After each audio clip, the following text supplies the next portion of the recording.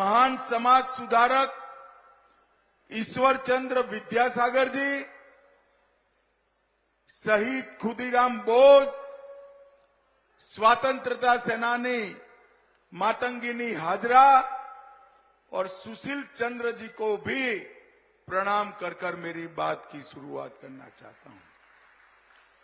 भाइयों और बहनों, जब मैं घाटल आया हूं तब हमारे कार्यकर्ता दीपक सामंत, विश्वजीत महेश, अजोय मांडी, बिपिन दास, मोनू हांसदा, राजा मजमुदार, पिंटू मन्ना और बहादुर मुर्मू, जो तृणमूल कांग्रेस की हिंसा के शिकार बने और उन्होंने बलिदान दिया, वो सभी को प्रणाम कर कर श्रद्धांजलि देकर मेरी बात की शुरुआत करना चाहता हूं। मैं जब घाटल आया हूं तब हमारे शहीद कार्यकर्ताओं की ओर से सारे भाजपा कार्यकर्ताओं को विश्वास दिलाना चाहता हूं, एक बार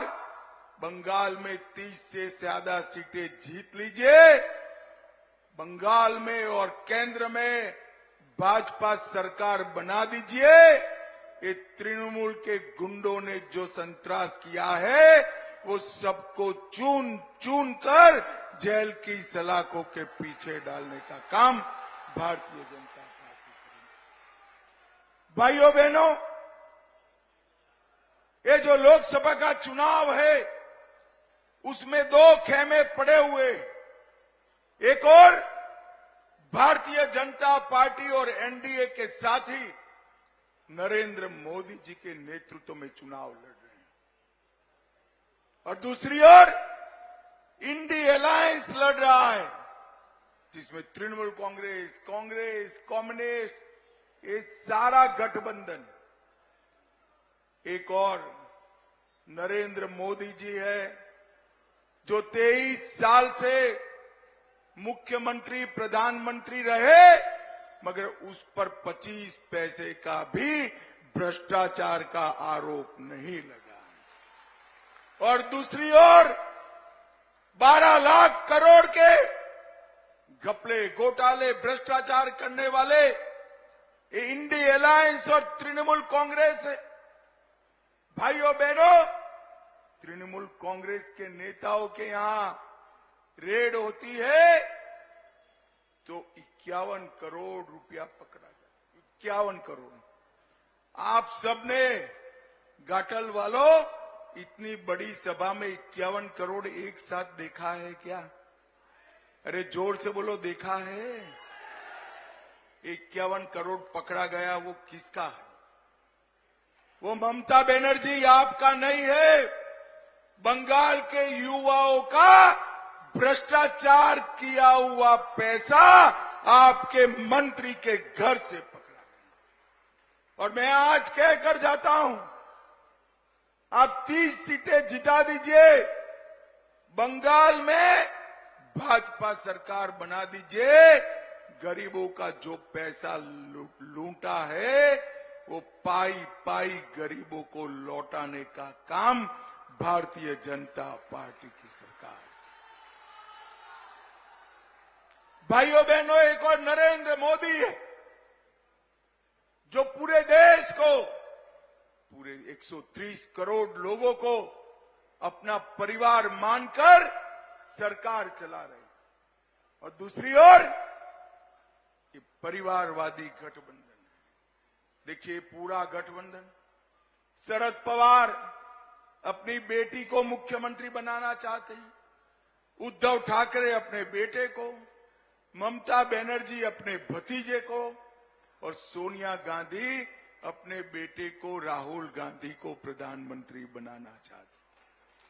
अब घाटल वालों, मुझे बताओ, जो अपने बेटे बेटियों को प्रधानमंत्री मुख्यमंत्री बनाना चाहते हो, वो आपका भला कर सकते हैं क्या? जरा जोर से बोलो, कर सकते हैं? बंगाल की जनता का, देश के गरीबों का अगर कोई भला कर सकता है तो केवल और केवल नरेंद्र मोदी कर सकते हैं। और इसलिए भाइयों बहनों, इस चुनाव में प्रचंड बहुमत के साथ नरेंद्र मोदी को जिताना है। एक और बंगाल की सरहदों से घुसपैठ कराकर अपनी वोट बैंक बनाने वाली ममता बनर्जी है, और दूसरी ओर कश्मीर को सुरक्षित कर आतंकवाद को समाप्त करने वाले नरेंद्र मोदी है, नरेंद्र मोदी। घाटल वालों, मुझे बताओ, ये कश्मीर जो है हमारा है या नहीं है? अरे जोर से बोलो, है या नहीं है? ये कांग्रेस पार्टी कहती है पाकिस्तान के पास एटम बम है, पाक ऑक्यूपाई कश्मीर छोड़ दो। मैं आज घाटल वालों बताकर जाता हूं, कांग्रेस को डरना है तो डरने दीजिए, ये भारतीय जनता पार्टी है, हम एटम बम से नहीं डरते हैं। पाक ऑक्यूपाई कश्मीर भारत का है, रहेगा, और हम उसको लेकर रहेंगे, लेकर रहेंगे। भाइयों बहनों, आज मुझे बताओ, अयोध्या में राम मंदिर बनना चाहिए या नहीं बनना चाहिए? जोर से बोलो, बनना चाहिए या नहीं बनना चाहिए? राम मंदिर का मसला कांग्रेस पार्टी सालों तक अटका कर रखी, लटका कर रखी।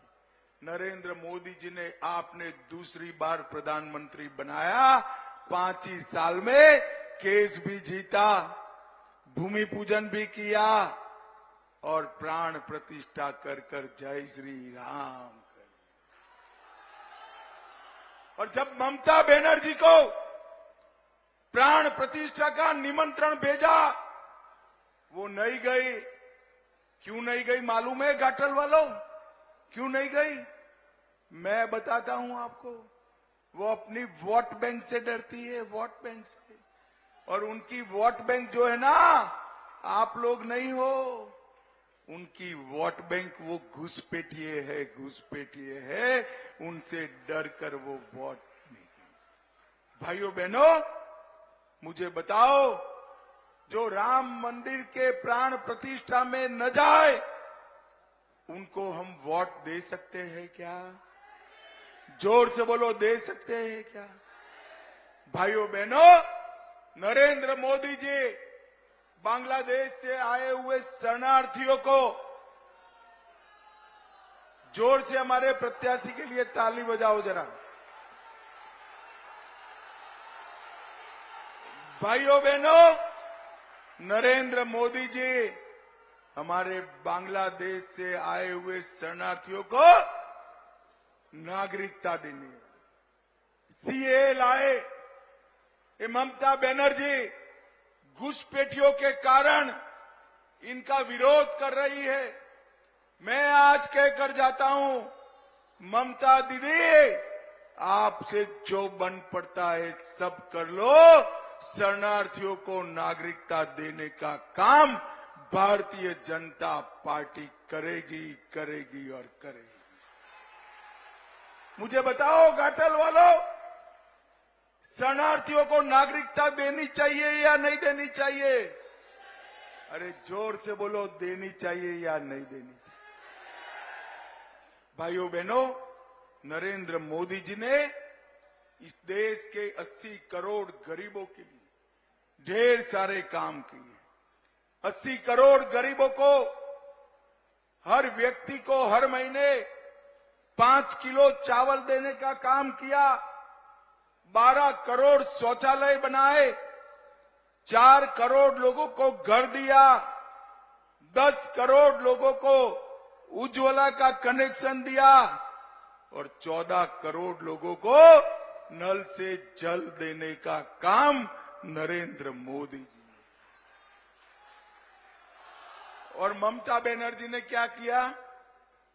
कटमनी, भ्रष्टाचार, सिंडिकेट राज, घुसपैठ, कोयला तस्करी को बढ़ावा, गाय तस्करी को बढ़ावा और बम धमाके करने का काम ममता बनर्जी ने किया। भाइयों बहनों, एक बार आप भारतीय जनता पार्टी की सरकार बना दो, कटमनी, भ्रष्टाचार, सिंडिकेट, घुसपैठ, कोयला तस्करी, गाय तस्करी और बम धमाके बंद कर मोदी जी अपने बंगाल को सोनार बांग्ला बनाएंगे। सोनार बांग्ला। बम का धमाका, उसका जवाब बैलेट से देना है और लाठी का जवाब लोकतंत्र से देना है। भाइयों बहनों, मैं आज आपको कहकर जाता हूं, आप लोग ईवीएम पर कमल का निशान ढूंढकर बटन दबाओ। चुनाव होने के बाद ममता बनर्जी के गुंडों को ढूंढने का काम भारतीय जनता पार्टी करेगी। भारतीय जनता पार्टी। पूरा देश संदेश खाली की घटना से विक्षुब्ध हो गया।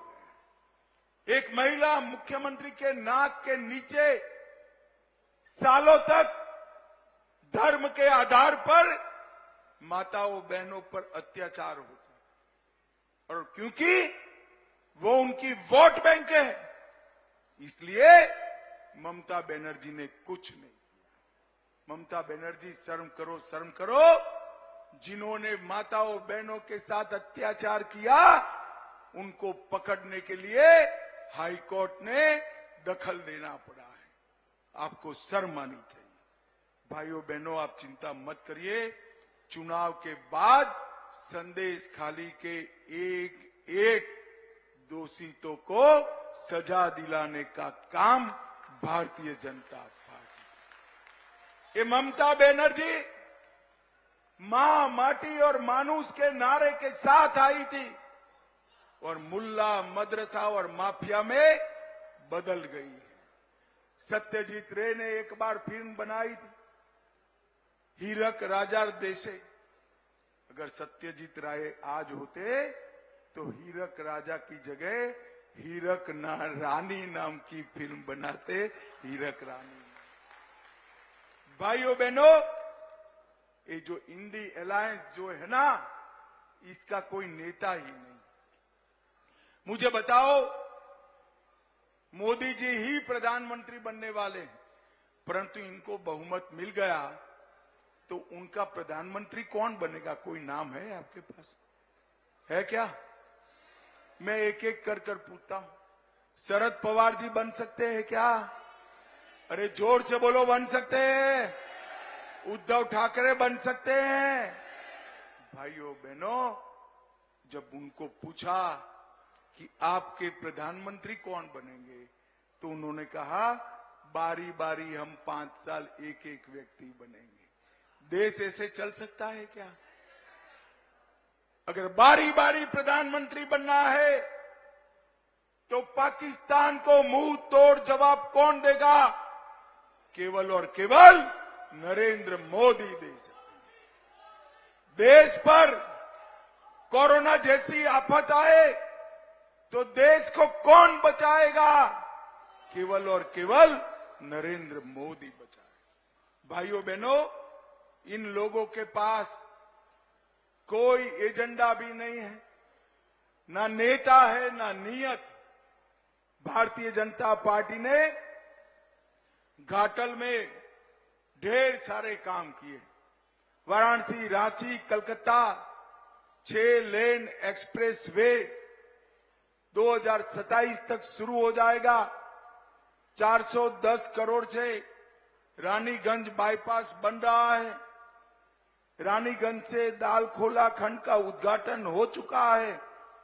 रामनगर में मीरगोड़ा नदी पर पुल का निर्माण हो गया है। कलाई कुंडा और जाड़ग्राम के बीच 5 बड़े और 43 छोटे ब्रिज बनाने का काम भारतीय जनता पार्टी ने किया है। भाइयों बहनों, अगर हमारे बंगाल को आगे बढ़ाना है तो गुंडों के आधार पर राज करने वाली तृणमूल कांग्रेस नहीं बढ़ा सकती। केवल और केवल भारतीय जनता पार्टी और नरेंद्र मोदी बढ़ा सकते। मैं आज ममता जी को कहने आया हूं, हमारे कार्यकर्ताओं के घर पर ममता दीदी आप रेड करती हो, कुछ नहीं मिलेगा। आपके मंत्रियों के घर पर रेड हुई, 50 करोड़ रुपया मिला। हमारे शुभेंदु अधिकारी के घर पर रेड करी, 25 पैसा भी नहीं मिला, 25 पैसा। और ममता जी, आप अगर समझते हो कि हमारे जिला अध्यक्ष, विपक्ष के नेता, हमारे प्रत्याशी के साथी के घर पर रेड कर आप हमें डरा दोगी, तो आप गलती कर रही हो। ये भारतीय जनता पार्टी है, जितना संतरास करोगी कमल इतना जोर से खिल कर बाहर। और भाइयों बहनों, डरे बगैर वोट करना। 5 चरण हुए, ममता के गुंडे किसी को हाथ नहीं लगा पाए हैं, हाथ नहीं लगा। और इस 6ठे चरण में भी चुनाव आयोग ने चौक चौबंद व्यवस्था करी है, किसी की हिम्मत नहीं है आपको हाथ लगाने की। खुलकर वोटिंग करिए और ममता दीदी को हराइए।